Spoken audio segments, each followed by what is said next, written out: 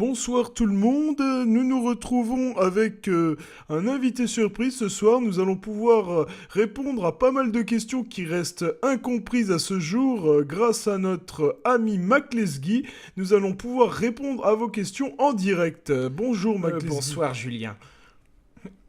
Moi c'est Nicolas. Bon bref, passons tout de suite aux questions que tous les auditeurs se posent.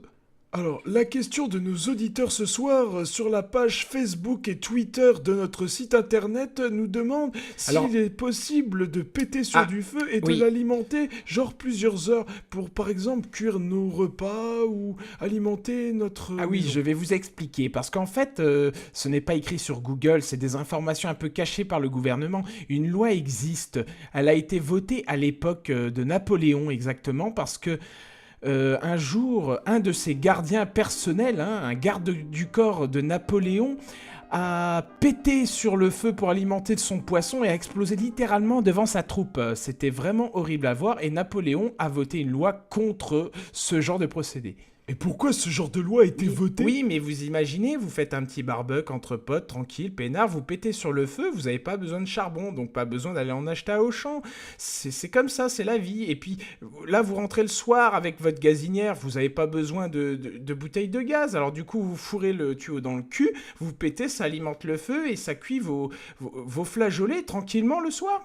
Oui, mais vous allez pas péter toute la soirée sur le barbecue, vous allez jamais y arriver, réfléchissez 2 minutes. Oui, mais 2 minutes. Imaginez, vous êtes en soirée, vous êtes avec des potes, il y a 10 potes, hein. Et ben ils se mettent tous autour du barbecue, ils pètent sur le feu et du coup ça alimente le feu assez longtemps.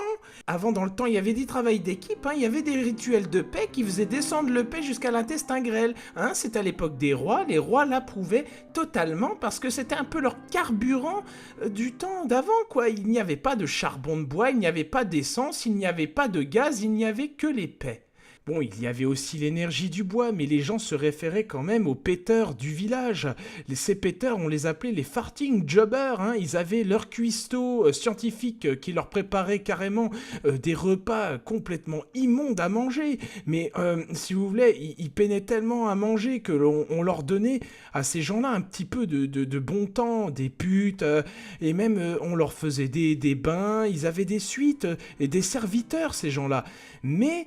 des fois, quand ils ne voulaient vraiment pas manger, ils étaient gavés comme des oies devant le peuple. Hein. Ils n'avaient pas le choix, c'était comme ça à l'époque.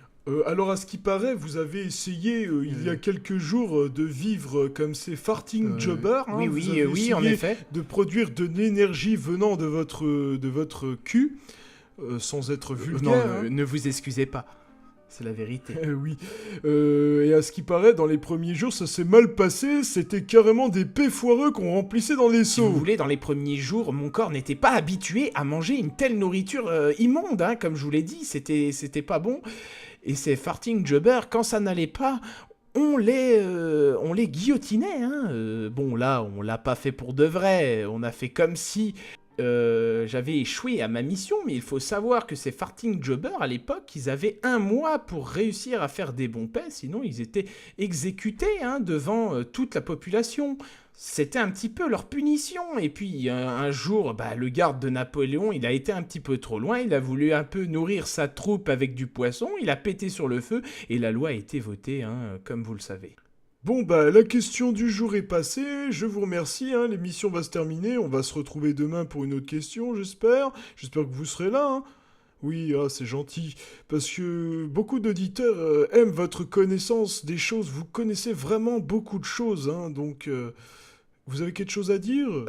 J'ai toujours été très intelligent, hein. Mes parents m'admiraient déjà, je connais tout sur tout. En fait, si je devais vraiment me définir... Ouais, c'est super, bon allez, on se retrouve demain pour une nouvelle question, allez, salut à tous. Vous pouvez partir. Bien, bonne soirée, au revoir, à demain.